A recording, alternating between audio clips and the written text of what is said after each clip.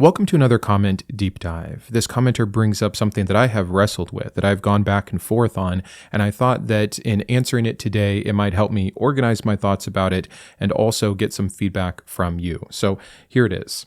Hey man, I used to listen to your stuff pretty regularly. Stumbled across your channel again recently. I think it would be good if you feature some good faith discussions/interviews on your channel with Christian scholars around your ideas. Most of your content seems to revolve around just being skeptical of the character, nature, and teachings of the Christian God without a real interest in theology beyond your skepticism. It seems to make for a bad faith engagement of the topic. Just throwing it out there as an idea. So I don't take offense to this. That's fine. He can have his opinions. And again, I'm appreciative of the opportunity to speak on this.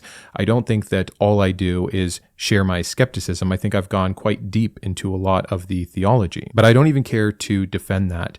I want to talk about the bad faith aspect of that comment, that it's bad faith to not give the other side some kind of interaction. It's a really interesting thing to me. Again, something I've thought about a lot, the fairest way, the most productive way to do this channel. And I think my ideas have gone back and forth and evolved in general over time. And so I want to share some ideas around this. First of all, I'm not opposed to dialogue. I've done it, not a lot of it, to be sure, and not just here on the channel. I've had many conversations with very well-educated, many of whom had Bible degrees. I also went to Bible school. I had lots of conversations back in those days. I was in the faith for 30 years. It's not like I don't understand the other side's position.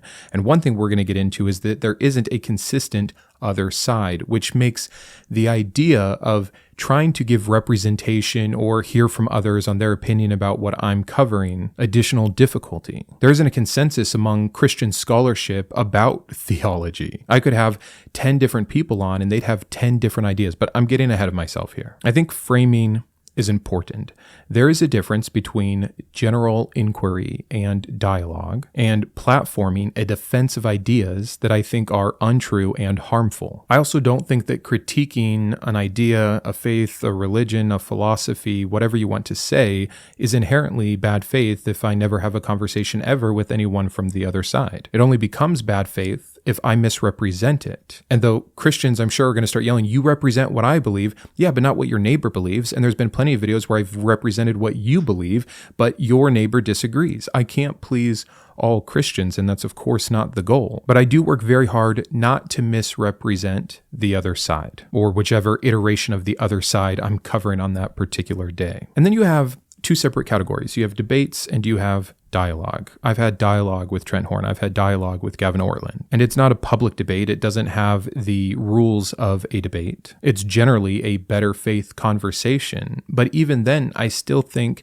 it's not all that productive, because the way that people consume those conversations, whether they are debates or dialogues, seems to be just rooting for their side. I'm not saying I've never learned from a dialogue of two opposing forces. Of course I have. I've even enjoyed and learned a lot and helped in my deconversion to watch debates. And different people are going to respond to different things, and that's wonderful. But I don't think it's the most effective way of doing what the goal of my channel is to do. I hate the concept of who scored better, who had the better gotcha moment. What I care about is, wait. Is it true? And so I've avoided debates. I've been invited to many. I had a chance to go on Jubilee and talk to Jordan Peterson. The atheist content creators who did that got a big boost of popularity and their platforms grew. That's not my goal. I'm not looking for the great clip. And by the way, I'm not knocking any of them. It just doesn't align with this particular mission. But back to the dialogues, I noticed something with the two that I've done so far, publicly at least. I like both of the gentlemen I spoke to. I would consider them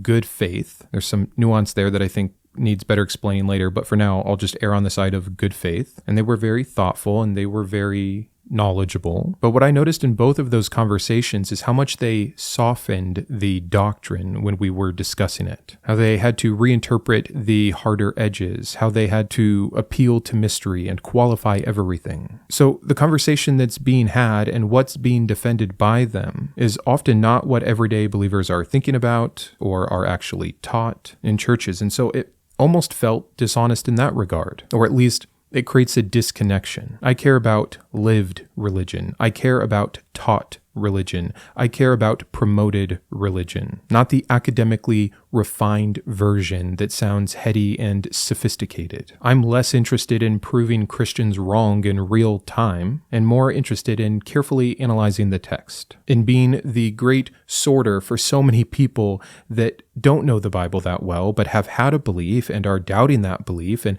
don't know what's in it or where to go or which parts say what or what the evolution of this concept or idea was or how the doctrine has changed over time. I get into all of that quite a bit, which is why I didn't particularly find that first part of the comment to be all that fair, that most of my content seems to just revolve around being skeptical of the character, nature, and teachings of the Christian God. I think it's important to do internal critiques, and yeah, it's a decent part of my channel, but breaking down what the evolution of the character of Satan has looked like, or the different approaches and appeals to salvation issues like once saved, always saved, is equally important here on the channel. I care about tracing doctrinal development. I don't need a debate to have that. I care about exposing internal inconsistencies to help people see clearly. I want to help people untangle harm. I want to teach others the harm that is being done. I want to provide tools for those in the process of deconstruction, stuck in the hellscape of the in-between. Dueling it out with Christians doesn't serve most of those purposes. Bad faith would be purposefully misquoting, straw-manning positions, ignoring context, refusing to acknowledge nuance, and mocking for internet points. I'm not saying I've never accidentally misrepresented a position, but this is, hopefully, if you've watched my channel for any length of time, not my MO. Disagreeing with theology is not bad faith. Rejecting divine command ethics is not bad faith. Pointing out the consistent and data-driven harm that we see from people in this religion is not bad faith. A lot of this is simply moral reasoning. And honestly, that's kind of where I've landed. I can be more on brand and on mission, speaking to those that want to be here. Christians don't have to be here. This isn't TikTok. You're making a conscious choice to come and watch this content. I'm not commenting on Christian videos, like in their comment sections. I don't go to them. I post here. I actually think it's about as fair as it gets. And then again, consider what I actually believe or don't. I don't believe in this God, but I do believe the religion is harmful. Not to everyone, not to the same extent, not all the time of every second of life. But I think there's a natural byproduct to believing these things. I know it causes psychological harm. I know it instills fear in children. I know it normalizes eternal punishment and us versus them, in-group, out-group. I know it justifies discrimination. I know it's used, even if you want to just say it's abused, it doesn't matter. The text is there under the banner of God's word, and it's weaponized constantly and always has been. It promotes obedience over that moral reasoning we were talking about. I don't owe those harmful ideas a platform. And I think when you step away from some of these particular parts of the internet, you see that you would never expect this anywhere else. I'm not censoring their voice. This is my channel. Can you imagine if you told a domestic violence awareness channel that they needed to have abusers on to defend why they did what they did? Should a science education channel have to host anti-vaxxers to make sure that the science they're putting forth is considered good faith? Should a channel who's focused on real science-driven therapy platform conversion therapy advocates? Not every idea out there deserves amplification simply in the name of balance or to make sure that people think that it's been given its due shake. And then again, back to the Christianity has no consensus anyways. So I'm always misrepresenting someone no matter who I would speak to, but only because of the Christian problem, not because of what I'm doing. I could interview a Reformed Calvinist teacher, and then an Orthodox theologian, and then a Catholic Thomist, a progressive mainline pastor, a charismatic Pentecostal preacher, and they'll disagree with each other, not just a little bit, profoundly, mutually exclusive claims about some of the biggest topics biblically. Things like hell itself, how to be saved, biblical inerrancy, women in leadership, divine violence, and again, the very nature of salvation, the one thing that there should have been agreement on that is so far from anything like that. Now, if I wanted to, I think that would be fine. If we're just here to talk about Christianity at large and we want to talk about every single view of it and hear everyone